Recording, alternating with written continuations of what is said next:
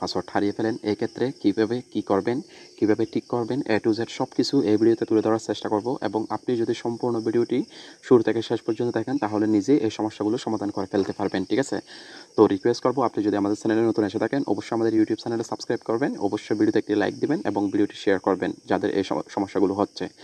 আর এই ভিডিওতে আমি অবশ্যই আপনাদেরকে 100% গ্যারান্টি দিচ্ছি, যেহেতু উইথড্রয়াল সংক্রান্ত যে বিষয়টি রয়েছে সেগুলো আপনি খুব সহজে সমাধান করে ফেলতে পারবেন এই ভিডিওর মাধ্যমে।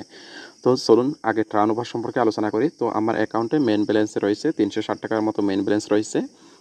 এখন কিন্তু আমাকে টার্নওভার দেওয়া হয়েছে। এই টার্নওভারটি কি অনেকেই জানে না, ঠিক আছে? তো এই টার্নওভারটা যদি আমাকে কমপ্লিট করতে হয় তাহলে আমাকে এই যে স্লট যে গেমটি আছে এটি আমাকে 299.36 পয়সা খেলতে হবে।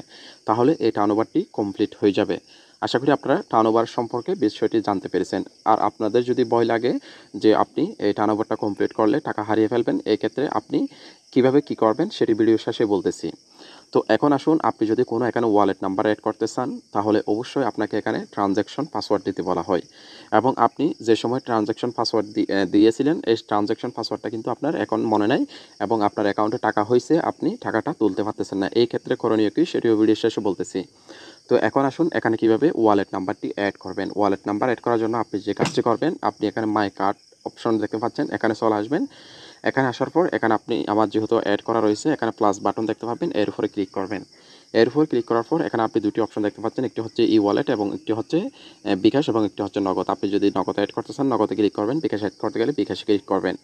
এরপর এখানে আপনাকে নগদ নাম্বারটি লিখে দিতে হবে, যদি এখানে নাম না থাকে তাহলে নামটি দিয়ে দিবেন। এরপর এখানে পাসওয়ার্ডটি দিয়ে দিবেন এবং সাবমিট বাটনে ক্লিক করলে এখন নাম্বারটি অ্যাড হয়ে যাবে।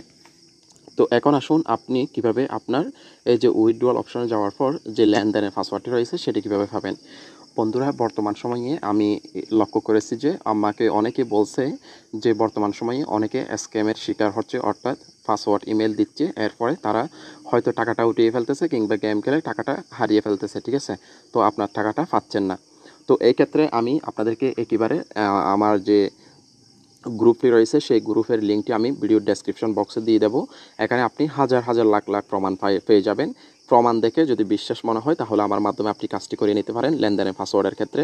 এবং টাকা উত্তোলন করতে না পারলে এই ক্ষেত্রে এই বিষয়টি নিয়ে বিশ্বাস করতেই পারেন, কারণ আমি যে কাজগুলো কমপ্লিট করব তার কাজ কমপ্লিট করে তাকে জানিয়ে দিই এবং গ্রুপের মধ্যে সব কিছুই শেয়ার করি।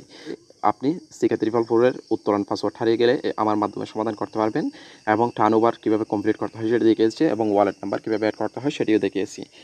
তো আর যদি কোনো সমস্যা হয় এবং কোনো সাইট নিয়ে যদি আপনি উইথড্রয়াল সংক্রান্ত যে কোনো বিষয় নিয়ে সমস্যায় পড়ে থাকেন অবশ্যই কমেন্ট করে জানাবেন। তো আজকে এতটুকুই। ভিডিওটি যদি ভালো লাগে অবশ্যই আপনার বন্ধুদের সাথে শেয়ার করবেন। ভালো থাকবেন, সুস্থ থাকবেন, প্রতারকের হাতে পড়বেন না, সঠিক মানুষ জেনে বুঝে দেখে কাজ দিবেন, ঠিক আছে?